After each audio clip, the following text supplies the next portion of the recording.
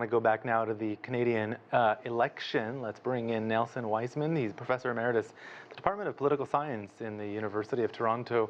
Professor, thanks so much for joining us. I wanted to ask first, this is a snap election. If it wasn't for COVID, would this be happening at all? Well, if it wasn't for COVID, no, we wouldn't be. Well, there's a couple of ways to look at it. The Liberals got very good ratings from the public for COVID, and they thought that's going to carry them through in the election. But there was hubris there, because although the attitudes of the public were favorable to what the Liberals had done with respect to COVID, they resented the fact that the election was being called in the midst of this fourth wave of the pandemic here in Canada. And the Liberals didn't anticipate that.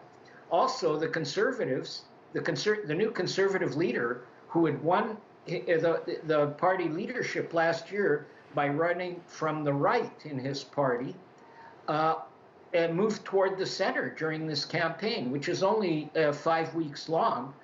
And this confounded the Liberals and threw it into a very close race. There was hubris on the side of the Liberals.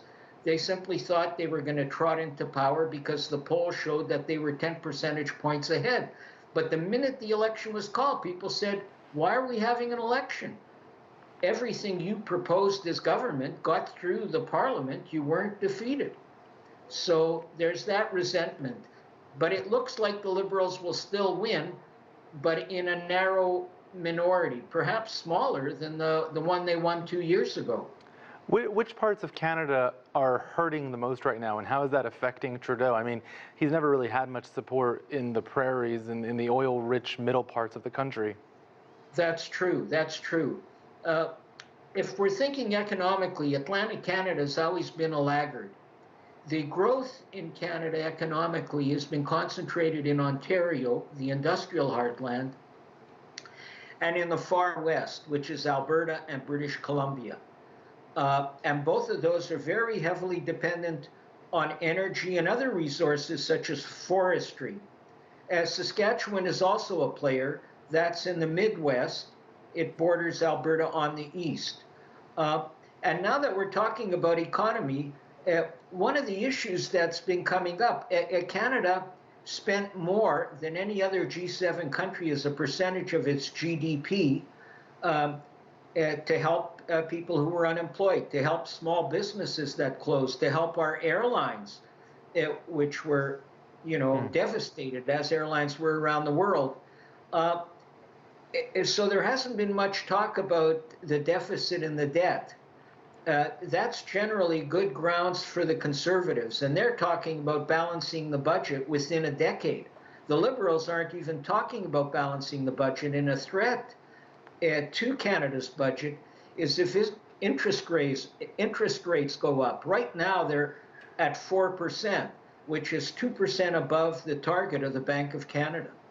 It's interesting, you mentioned that Aaron O'Toole ran from the right of his Conservative Party, but went towards the center, further center in this campaign. I'm thinking about the labels that we have in Canada versus the labels that we have here in the U.S.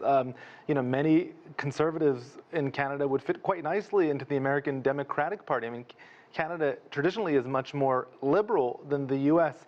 Are we seeing a shift to the political right, though, in Canada? Well, you're making an excellent point. Conservatives here are quite different from the U.S. If we look, for example, comparing the U.S. and Canada in terms of the constituency that a Donald Trump had, in Canada, Donald Trump would have gotten 10–15% of the vote. And indeed, in this election, we have a fringe party, which got less than 2% of the vote last time running from the right. And this time, it looks like it's going to get between 5 and 6%. Conservatives in Canada support universal health care. We don't have that in the United States. They support gun control. We don't have that in the United States. So you're right. A lot of conservatives here were cheering for Democrats and Biden in the last American election. But we have a political culture that's more liberal and is more like Europe. Canada is really in the mid-Atlantic there, heavily influenced by the United States because of the economic impact to the U.S. and the cultural impact, because we get American media. At the same time, we're influenced by Europe because that's Canada's heritage. And Canada never revolted against Europe the way the United States did in their revolution. Professor Nelson Wiseman from the University of Toronto, thank you for your insight. Thank you. We're going to turn our focus to China.